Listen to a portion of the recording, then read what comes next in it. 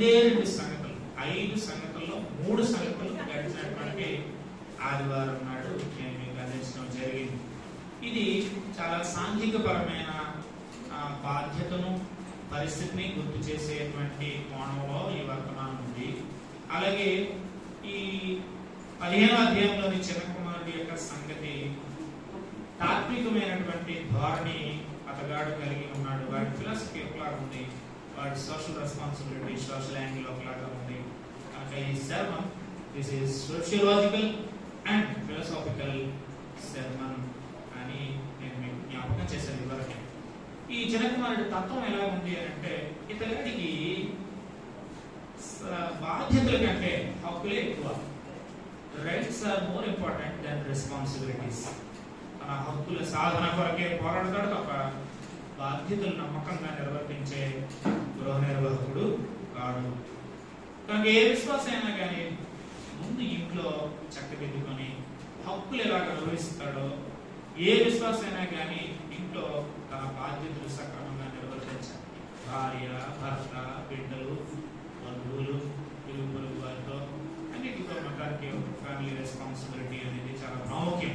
ఎందుకు అంటే ఫ్యామిలీ బాగుంటేనే, దైవికంగా ఉంటేనే, భక్తిగంగా ఉంటేనే, గాడ్ సెంటర్డ్ గా ఉంటేనే, క్రైస్ట్ సెంటర్డ్ గా ఉంటేనే, ఒక మాటలో చెప్పాలంటే ఇల్లు బాగుంటేనే సంఘం బాగుంటుంది. ఇంట్లో పరిస్థితులు బాగులేకుండా, ఇంట్లో హక్కులను మించి బాధ్యతలు మరి నిర్వర్తించకుండా బేఖాతరు చేసేటువంటి భార్యాభర్తలు కానీ, బిడ్డలు కానీ, ఇంట్లో పీపుల్ కానీ, ఎవరన్నా కానీ ఆ ఫీల్డ్ ఫ్యామిలీలో నుండి వారి సంఘానికి వచ్చిన అలాంటి వారి వల్ల వారికి దేవుడు, ఆ సంఘానికి దేవుడు. ఆ సంఘం బాగుంటుంది. బ్రోకెన్ ఫ్యామిలీ అయ్యింది, ఇర్రెస్పాన్సిబుల్ ఫ్యామిలీ అయ్యింది, చర్చ్ లో వాళ్ళు ఎట్లాగా బ్లెస్సెడ్ గా ఉండగలుగుతారు. కాబట్టి గాడ్ సెంటర్డ్ ఫ్యామిలీస్ ఉండాలని ఇందులో నుంచి మనం నేర్చుకుంటున్నాం. ఇందులో వెళ్ళాను, అప్లై చేశాను అట్లాగా ఫ్యామిలీకి. ఈ చిన్న కుమార్తె కథనంలో నుండి అలాగే సంఘంలో కూడా బాధ్యత వహించాను. ఇది నా బాధ్యత, ఇది నా గురుతర బాధ్యత అని ఎరిగితే సంఘంలో ఏ బాధ్యత అయినా కానీ చక్కగా నిర్వర్తిస్తాం. ఏ బాధ్యత దేవుడు ఇస్తే సంఘంలో ఆ బాధ్యతని అది భాగ్యంగా భావిస్తాం, కానీ బరువుగా భావించాం.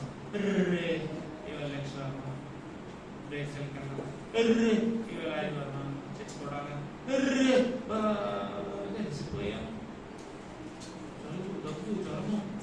చలి అని ఇలాగా వానొస్తే పడవడం, ఎండొస్తే పడవడం, లాడిపోయేటువంటి బతుకుల వల్ల సంఘం పాడైపోయేటువంటి పరిస్థితి ఉంది. వర్షం పడితే మొక్క అయిపోతాం అన్నట్టుగా చిన్న చిలుకలకే, చిన్న గాలి విసురుకే పెద్ద తుఫాను సహాయం వచ్చేంత అనుకోలేదండి అని అంటే పాపం ఉందంటారా చెప్పండి.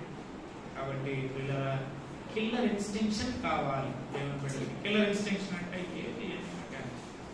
భారతీయ క్రికెట్ జట్టులో ఈ పదం ఇండియన్ ఎక్స్ప్రెస్ లో వాడితే అప్పుడు నుంచి నాకు గుర్తుండిపోయింది. కిల్లర్ ఇన్స్టింక్షన్ అంటే బాల్ వస్తుంది, నేను నా చేతికి అందితేనే అందుకుంటాను, కథలు పరిగెత్తం, పడిపోతాయేటో, ఉరుగు దిగిపోతాయేటో, డబ్బులు పడిపోతాయేమో, చేతికి పెట్టేటువంటి ఏంటో అని భారతీయులు కళ్ళకుండా వెళ్ళకుండా క్యాచ్ అంటే ఇలా వస్తేనే అనుకుంటారు. అలా వెళ్ళి పడిపోయి దొరికి చూసారా మీరు ఎప్పుడైనా? అయ్యా వినండి, అలాగా కొంతమంది క్రికెట్ జట్టులో హోరాహోరీ కోర్లో వారేమైపోయినాయి కానీ పర్వాలేదు అన్నట్టుగా విజయం కొరకు వెంపర్లాడుతూ చేతికి మట్టంటిన, పట్టలు చీలిపోయినా, కాళ్ళకి దెబ్బలు తగిలిన, వాళ్ళకి ఏమైనా కానీ ఆ కిల్లర్ ఇన్స్టింక్షన్ అంటారు. కిల్లర్ ఇన్స్టింక్షన్ అనేది బాధితుల విషయంలో ఉండాలి. సంఘంలో ఉండే ముందు కుటుంబంలో ఉండాలి. ఫ్యామిలీ బాగుంటే చర్చ్ బాగుంటుంది, చర్చ్ బాగుంటే పిల్లల ఈ సొసైటీ బాగుంటుంది. ఎవరైతే చర్చ్ లో రెస్పాన్సిబుల్ గా ఉంటారో, రైట్స్ అనుభవించడం మాత్రమే కాకుండా రైట్స్ అనుభవిస్తూ హక్కులు, మన హక్కు కదా, మన హక్కులు సంఘంలో ఏముంటాయో అవి అనుభవిస్తాం, కుటుంబంలో మన ఏముంటాయో అవి అనుభవిస్తాం. అదే సమయంలో రెస్పాన్సిబుల్ చర్చ్ బిలీవర్ గా, రెస్పాన్సిబుల్ ఫ్యామిలీ మెంబర్ గా ఉండి, రెస్పాన్సిబుల్ సొసైటీలో ఒక సిటిజన్ గా ఉండడం బాధ్యత. ఈ ప్రపంచ పౌరుడిగా మనం ఏం చేయాలి? ప్రపంచ పరిస్థితులు చూడాలి, ప్రార్థన చేయడం ద్వారా ప్రభువు ముందుకి ఈ యొక్క విన్నపాన్ని తీసుకెళ్ళడానికి మనకి ప్రపంచ దృక్పథం ఉండాలి. ఆ అక్కడేమవుతుందో నాకు తెలియదు, అక్కడ ఎందుకు అలా జరుగుతుందో నాకు తెలియదు అనుకోకూడదు. ఇన్ఫర్మేషన్ టెక్నాలజీ శరవేగంగా పెరుగుతున్న ఈ తరుణంలో ఎందుకు యుద్ధం జరుగుతుందో మనం తెలుసుకోకపోతే అది మన అజాగ్రత్త, అది మన అదమరుపు, అది మన యొక్క నిర్లక్ష్య వైఖరి అన్నమాట. తెలుసుకోవాలి. పేపర్ ఎందుకుంది, మొబైల్ ఎందుకుంది తెలుసుకోవాలి. మన పాటలంటే పాటల మీదే ఉంటుంది దృష్టి, మనకి వార్తలు చూస్తే వార్తల మీదే ఉంటుంది దృష్టి, మనకి కొన్నింటి మీదే దృష్టి ఉండి అలాగే అయిపోతారు. అన్ని సమానంగా చూడాలి. పాటప్పుడు పాట, మాటప్పుడు మాట, వార్తప్పుడు వార్త, వార్తలు చదవడం, వార్త పట్టించుకోము అనుకోకూడదు.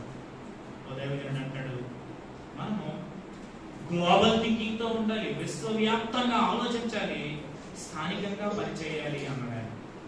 Act locally, think globally. ప్రపంచం అంతట్లో ఏముందో పరిస్థితి సద్దుమణగాలి, సరిచేయబడాలి, సువార్త అందాలి, దైవికంగా మారాలి. ఏంటి ఆ దేశంలో పరిస్థితి, ఏంటి ఈ దేశంలో సమస్య, ఏంటి ఆ పిఎంసీఎం సంగతి కొంతైనా తెలుసుకోవడం, ఇలాంటి సమయంలోనైనా తెలుసుకోవడం వల్ల మనకి సోషల్ రెస్పాన్సిబిలిటీ ఉండలేదు. నేను త్వరగా ముందుకు వెళ్ళాలి, ముందు చెప్పిన వాటి దగ్గర ఆగుతూ ఉన్నాను. రెండో విషయం ఏంటంటే wealth is more important than relationships. సంబంధ బాంధవ్యాలు చాలా ప్రాముఖ్యం.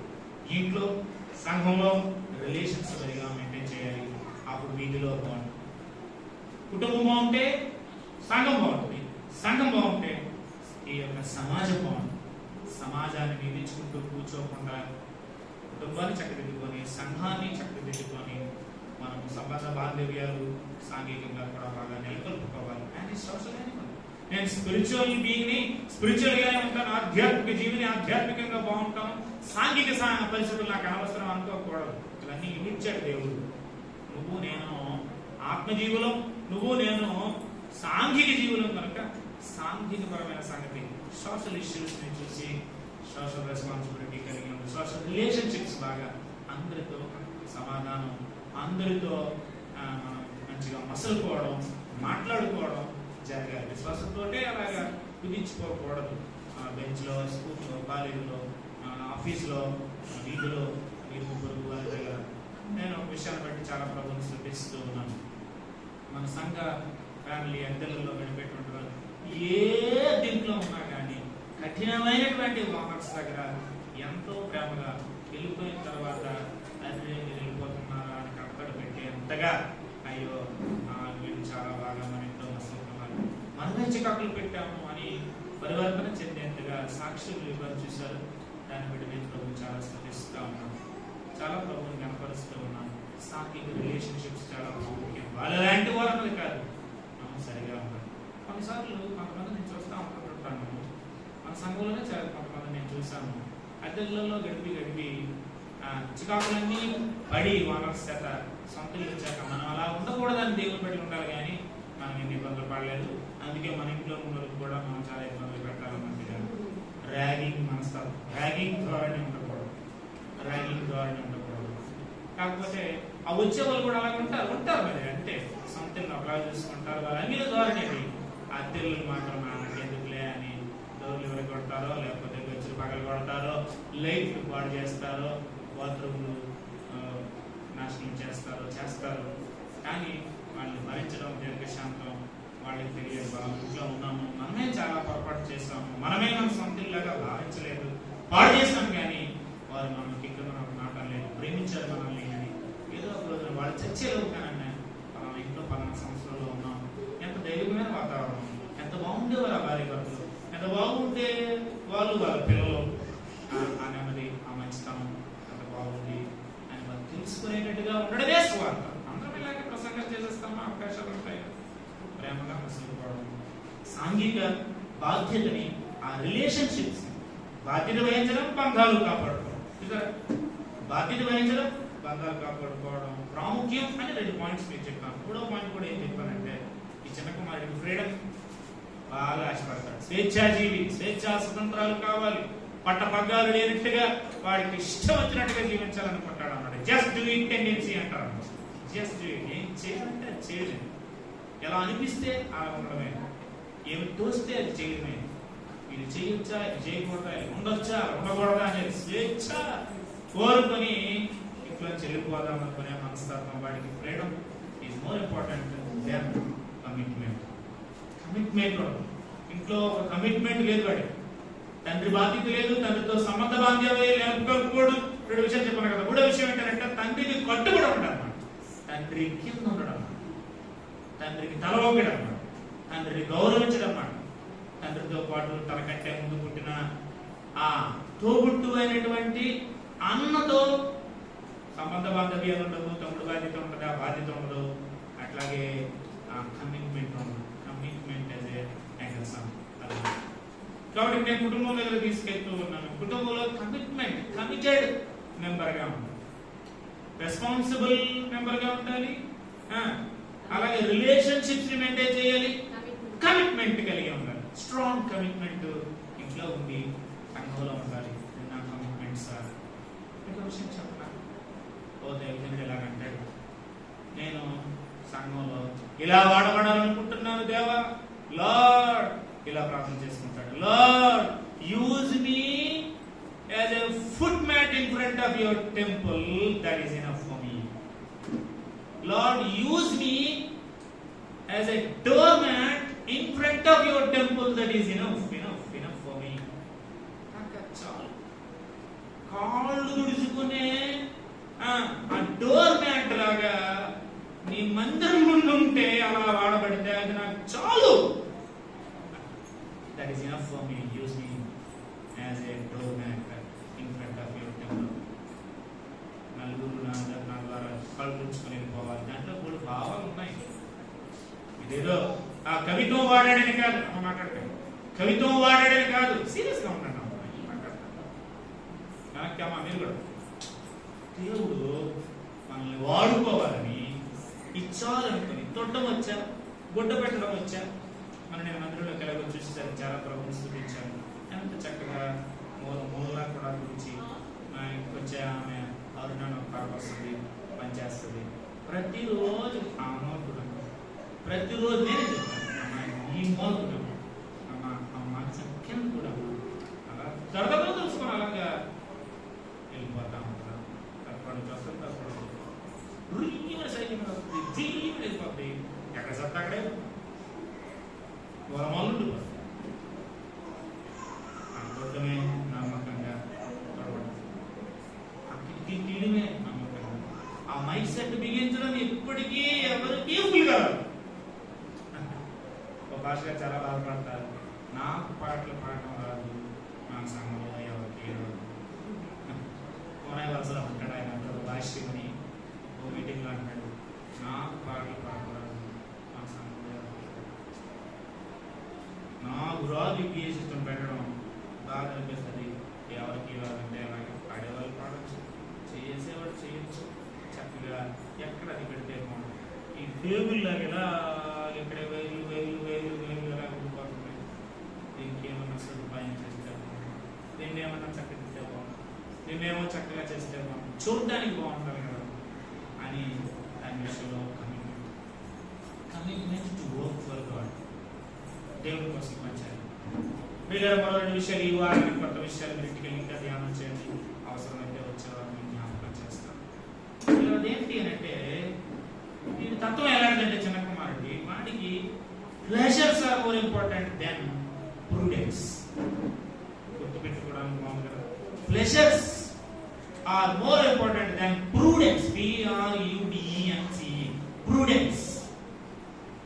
స్టూడెంట్స్ బైబిల్ క్లాస్ ఒకే నోట్స్ చేస్తాం అనుకోకూడదు. మీరు చక్కగా రాసుకొని ధ్యానం చేసి మీ మొబైల్లో ఫీడ్ చేసుకొని మీ బైబిల్ అండర్లైన్ చేసుకొని ఈ భక్తి పాఠశాలలో ఏది ధ్యానం అనుకుంటే అలాగే బైబిల్ ఏం బాగుందా కదా అని బైబిల్ తేవడం అనేకూడదు.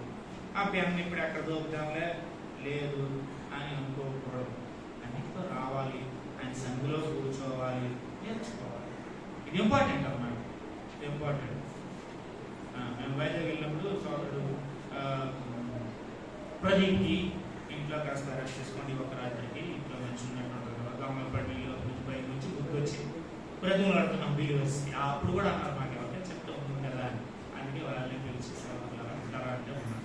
ఉండి ఆ రాత్రి చేసిన పని అండి, ప్రార్థన చేసుకోండి, రెస్ట్ తీసుకోండి. అక్కడ ఇచ్చిన విషయం ఏంటంటే మీ పుస్తకాలన్నీ చూస్తున్నాను సార్ అని నాకు ఫోన్ ఇచ్చాను. వెరీ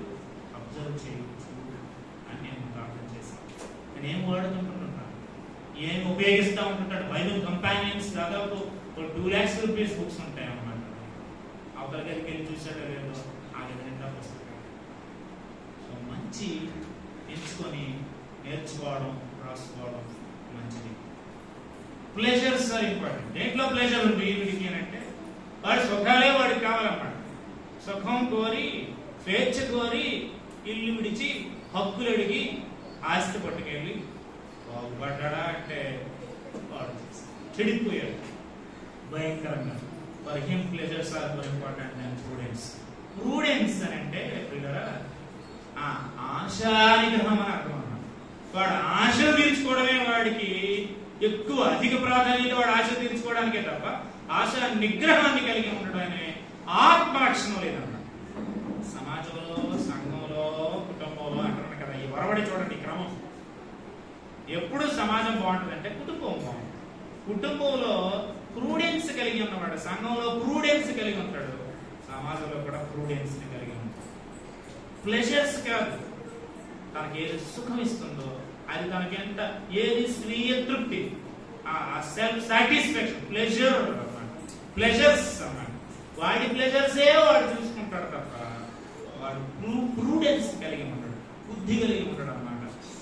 వాడు వాడికి ఆశా నిగ్రహం మనకు తెలుసు కదా, గాంధీ పత్రికలో ఉంది. ఆశా నిగ్రహం, సెల్ఫ్ కంట్రోల్. సెల్ఫ్ కంట్రోల్ చాలా అవసరం. ఆశలు తీర్చుకోవడం, మన కోరికలు తీర్చుకోవడం, మనకు తృప్తినిచ్చే విషయాలు, మనకు బాగా అనిపించేటువంటి విషయాల మీదే మనసు పెట్టుకోవడం అనేది మంచిది కాదు. నిగ్రహం ఉండాలి. ఆశ నిగ్రహం ఆత్మ బలంలో ఒక తొన. ఈ తొన లేదనుకో కొండ ఉంది, దాంట్లో ఒక తొన లేదనుకోండి ఎలా ఉంటుంది, అది ఎవరు కొరికేసేది అన్నట్టు ఉంటుంది, ఎవరు తీసేసారు అన్నట్టు. నిండుత్వం ఎప్పుడు వస్తుందంటే ఆత్మతో నిండుకున్నప్పుడు ఆత్మ ఫలంలో 9 తొనలు ఉన్నాయి. 9 తొనలో ఒక తొన ఆశ నిగ్రహం. వీడికి లేదు, వీడికి ప్లెజరే. వాడికి ఏది సుఖం ఇస్తుందో, వాడికి ఏది మంచి అనిపిస్తుందో, వాడికి ఏది తృప్తిని అనిపిస్తుందో అదే చేస్తాడు తప్ప అయ్యో నేను ఇక్కడ కంట్రోల్ చేసుకోవాలి, నేను ఇక్కడ కంట్రోల్గా ఉండాలి. స్పిరిట్ కంట్రోల్డ్ లైఫ్ ఫ్యామిలీలో ఉంటే, ఆత్మచేత నిలబడితే ఫ్యామిలీ గురించి ఎఫ్సీ పత్రికలో పౌలు చెబుతాడు. అప్పుడు కుటుంబంలోనికి సాతానుడు రాడు. ఆత్మచేత నిలబడితే ప్రేమ వస్తుంది. ఆత్మ ఫలంలో అదొకటి. ఆత్మ ఫలంలో ఇంకోటి విధేయత వస్తుంది. కుటుంబంలో భార్యాభర్తల మధ్యలో, అలాగే అలాగే సంఘంలో ప్రేమ, విధేయత, దీర్ఘశాంతం, ఆ దయాళత్వం, ఆ మంచితనం కూడా సంఘంలో కూడా ఒకరి పట్ల ఒకరికి కలిగి ఉంటుంది. కుటుంబంలో ఉంటే సంఘంలో ఉంటుంది, సంఘంలో ఉంటే సమాజంలో కూడా కొంతమంది కఠినమైన మనుషులు భరించగలుగుతాం. కొంతమంది చూసి కలగడం పేర్లు, జోరులు అన్ని ఎంతగా తలవేల నుండి పాదాలాగా బాగేసినట్టు ఉంటుందా? ఉంటుందా? ఉంటుందా? మాకు అలా ఉంటుందండి. అందరి మీద మా ఫ్యామిలీ అంటారా? అయితే మీరు ఆత్మపూర్లే. ఆత్మపూర్లే నిజంగా ఉంటుంది. కానీ మనుషులు మనకు అలాగా జరువులు బాకినట్టుగా, పాములు, తేళ్లు, సర్పాలన్నీ కూడా బసగొట్టినట్టుగా ఉంటది. కానీ అలాంటి వారు కనుక మనకు ఉంటుంది. కానీ ఆత్మచేత నింపబడిన వాళ్ళని ఇంట్లో ఆ రసరసలు, ఆ బసలు కొట్టడాలు ఉండకుండా సంఘంలో కూడా నేనైనా మీరైనా మనందరం కూడా అలా ఉండగలుగుతాం. ఎలాగా రుసులు కొట్టకుండా, రసరసులు ఆడకుండా, దీర్ఘశాంతంతో, సహనంతో ఆత్మఫలం పండుతుంది. ఆ పంట పండుతుంది.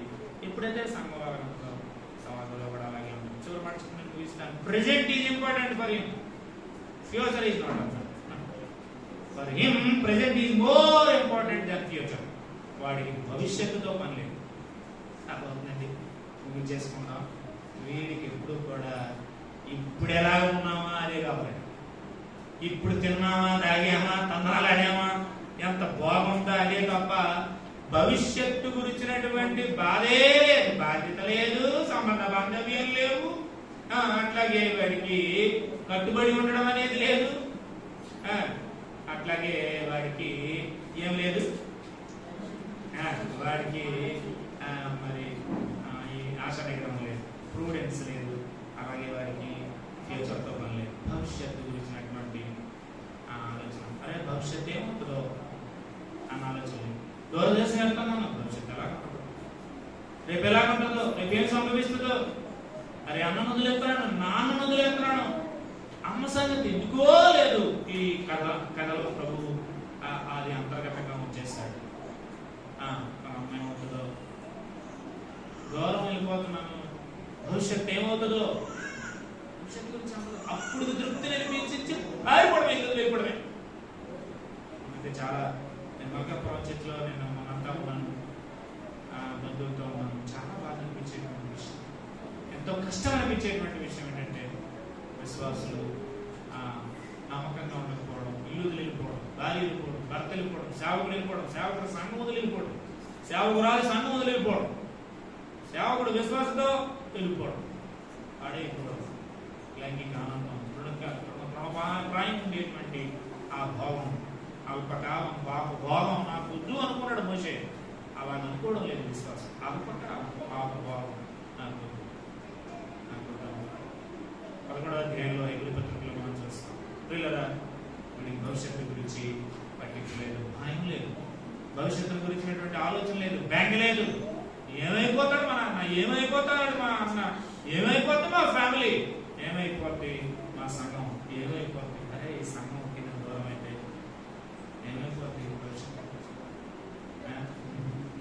మొన్న సంఘంలో ఫ్యామిలీ ఆలోచిస్తున్నారు, అరే కొంతమంది వచ్చేవారు రావట్లేదు, కొంతమంది ఉండేవారు రావట్లేదు, బాగా వాళ్ళు వచ్చి పోతుంటుంటే కేవలం తృప్తి ఏముంటుంది, సేవకులుగానే వచ్చిపోతుంటే అలా వచ్చారు వెళ్ళిపోతే మొక్కలు తీసుకోవడానికైనా కాదు. ఇదిగో బాధ్యత వహించే విశ్వాసులు కావాలి, ఇదిగో బంధాలు గట్టిగా ఉంచుకునే విశ్వాసులు కావాలి, ఇదిగో కట్టుబడి ఉండడం, మంచి కమిట్మెంట్ తో ఉండేటువంటి వాడు సంఘంలో కావాలి. ఇదిగో సంఘంలో భవిష్యత్తు గురించి ఆలోచించే వాళ్ళు ఉన్నారు, భవిష్యత్తులో ప్రభు వస్తాడు, భవిష్యత్తు బాగుండాలి మన సంఘంకి, భవిష్యత్తులో మరి కొన్ని బృహత్తరమైన కార్యక్రమాలు తలపెట్టి సంఘం అంటే సంఘంగా ఉండాలి. నేను ప్రభుత్వం చాలా స్థుతించాను. పాజిటివ్ నెగిటివ్స్ ప్రతి సంఘంలో ఉంటాయి అనుకోండి, ఆఫ్ కోర్స్, బట్ అయినా నెగిటివ్స్ ఉండకుండా ప్రార్థన చేసుకోవాలి. ఇదంతా కూడా నెగిటివ్ యాంగిల్. పాజిటివ్ యాంగిల్లో కూడా మీకు తెలియజేశాను. చిన్నకుమారు లాగే ఉండకూడదు, భావించకూడదు, అలాంటి తత్వం ఉండకూడదు, అలాంటి సాంఘికపరమైన కోణమే లేకుండా ఉండకూడదు. ఇలా ఉండాలి అని చెబుతూ ఏ విషయాన్ని చెబుతున్నమాట సంగతి అదేంటంటే మన దర్శనాలు పూర్తయిన తర్వాత చాలా ప్రభువుని స్తుతించి ఘనపరిచినటువంటి పరిస్థితి. ఎంత బాగా పాడుతున్నారండి, ప్రభుని స్తుతిస్తున్నారు, ఎంత బాగా ఆతిథ్యం ఇస్తూ ఉన్నారండి. చాలా ధనవంతులు అనుకుంటా మనమందరం. మన సంఘం నిండా భయంకరమైనటువంటి వనరులు ఉన్నాయనుకుంటారు బయట.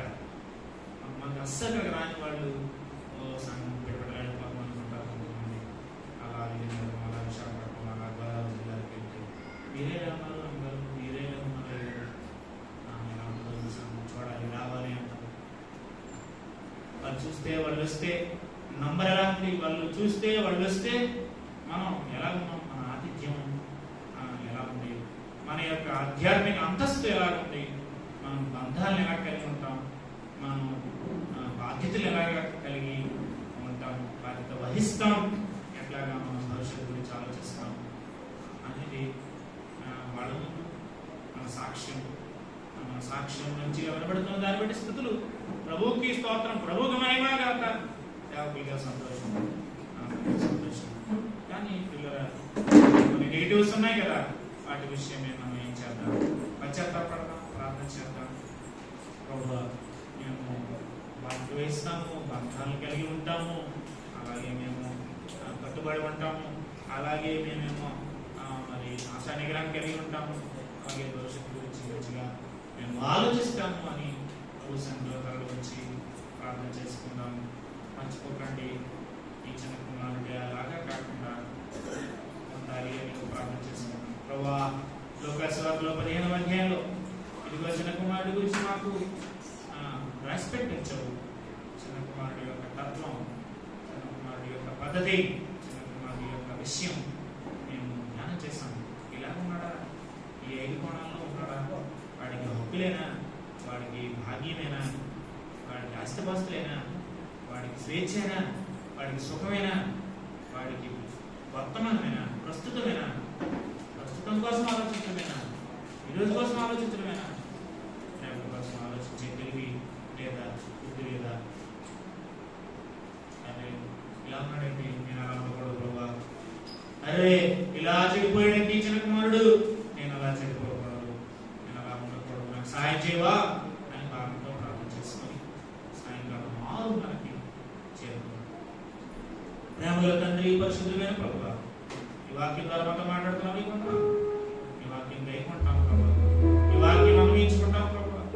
దేవా, మా ఇంట్లో మేము చిన్న కుమారులాగా కాకుండా మరోలాగా ఉంటారని మాకు చెప్పారు. మా సంఘంలో చిన్న కుమారుడిలాగా కాకుండా ఉండాలి, మరోలాగా ఉండాలి, అలా ఉండకూడదు, ఇలా ఉండాలని మీరు మాతో చెప్పారు. సమాజం బాగుండాలంటే సమాజంలో కూడా మేము ఎలా ఉండాలో ఎలా ఉండకూడదో ఈ 3 స్థలాల్లో మేము మెరుగుపరిచేవారిగా ఉపయోగించాం. సమాజం అనగానే మన ఉద్యోగం, మేము బజార్కి వెళ్ళేది, వీధిలో నిలబడేది, నడిచేది, కనబరుచుకునే విధానం, మా మాట తీరు, మా పద్ధతి మిమ్మల్ని మహిమపరిచేదిగా, మిమ్మల్ని గొప్ప చేసి చూపించేదిగా. ఆయన ప్రభా, మా ఇంట్లో ఇరుగు పొరుగు వారితో, మా సంఘంలో తోటి విశ్వాసులతో, మా సమాజంలో తోటి మనుషులతో, మా భారతదేశంలో భారతేతర పౌరులతో, ఈ ప్రపంచంలో నా పాత్ర ఏంటి అనేది మేము తెలుసుకొని ప్రార్థన చేసేవారుగా. ఇదిగో ప్రభా, మరలా మేము మధ్యాహ్నం సాయంకాలం కూర్చొని వ్యక్తిగతంగా ఇంట్లో ప్రార్థన చేసాం. బాగా పట్టుకొని అనేక మంది ప్రాణాలు పోతున్నాయి యుద్ధంలో.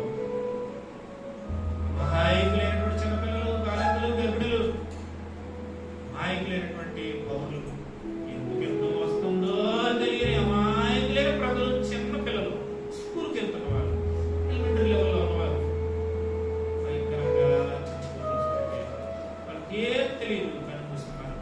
ఎందుకు యుద్ధం జరుగుతుందో తెలియదు. పరుగులు ఎడుతుంటే పదండి బాబు, పదండి, ఏమండి అక్కడ పక్కన ఉంది, పదండి అని పరిగెత్తాలు వెళ్ళిపోతుంటుంటే, దాక్కుంటుంటే, కొన్నాళ్ళే నీళ్లు, కొన్నాళ్ళే ఆహారం, ఆ తర్వాత నీళ్లు లేక, ఆ తర్వాత ఆహారం లేక, కాలకృతి ఎత్తుంచుకోలేక నలిగిపోయి భయంతో ప్రతి క్షణం భయంతో బతుకుతున్నారు ప్రభా. అలాంటి ఆ యుద్ధం ఆగాలి, శాంతి నెలకొల్పబడాలి. ఇద్దరు నేతలు, ఉక్రెయిన్ పెద్ద ఆ దేశాధినేత, రష్యా పెద్ద ఆ దేశాధినేత సమాధానం పెడితే, చర్చలు జరుపుకుంటే, యుద్ధ మేఘాలు వెనక్కి తగ్గితే, మిసైల్స్ వేయడం ఆగితే, భయంకరమైనటువంటి దద్దరిల్లిపోయేటువంటి ఆ శబ్దాలతో నిశ్శబ్దమైతే, నిమ్మడమైన వాతావరణం అయితే ఎంత బాగుంది ప్రభా. మా ఇళ్లలో చిన్న చిన్న యుద్ధాలు, పోరాటాలు, మా సంఘంలో యుద్ధాలు, పోరాటాలు, సమాజంలో కూడా మాకు యుద్ధాలు, పోరాటాలు ఉన్నాయి. ఇదో రకమైన యుద్ధం దేశాల మధ్యలో, వీటి మధ్యలో మేము సర్దుబడికి సుబుద్ధి కలిగిన వారిగా ప్రవర్తించాలి. సహాయం చేయండి, సహాయం చేయండి. యేసు ప్రభు నామములో అడుగుతున్నాము స్వామి, ఆమేన్. ఆమేన్. తండ్రి అయిన దేవుని ప్రేమ, కుమారుడైన యేసుక్రీస్తు వారి కృప, పరిశుద్ధాత్ముడి యొక్క నిత్యమైన ఆదరణ, శివప్రభువైన నిరీక్షణ చేత మనందరికీ ఉండుగాక. ఆమేన్.